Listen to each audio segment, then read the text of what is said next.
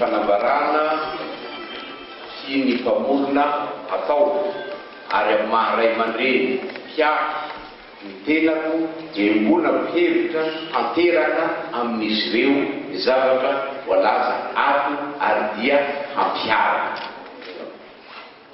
Voalohany amin'izany dia vakiko araka nanoratany zareo azy hoe maro sehatra sy olona mivelona sy mampiasa ary mankafy ny sangan'asa efa antaonany maro dia maro izay.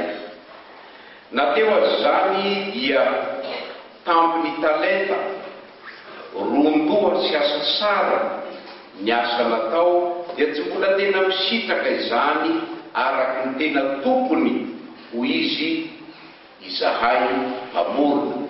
Zareo moa no miteny eto ny mpamorona satria mbola misy ireo mampiasa sangan'asa tsy manefa na minia tsy manaja ny zony mpamorona.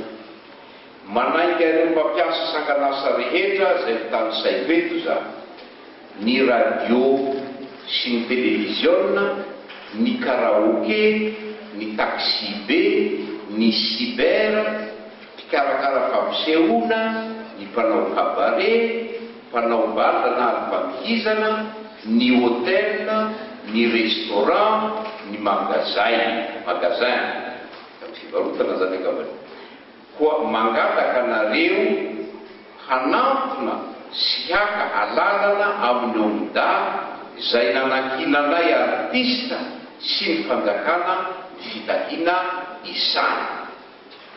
Zay no fanambarana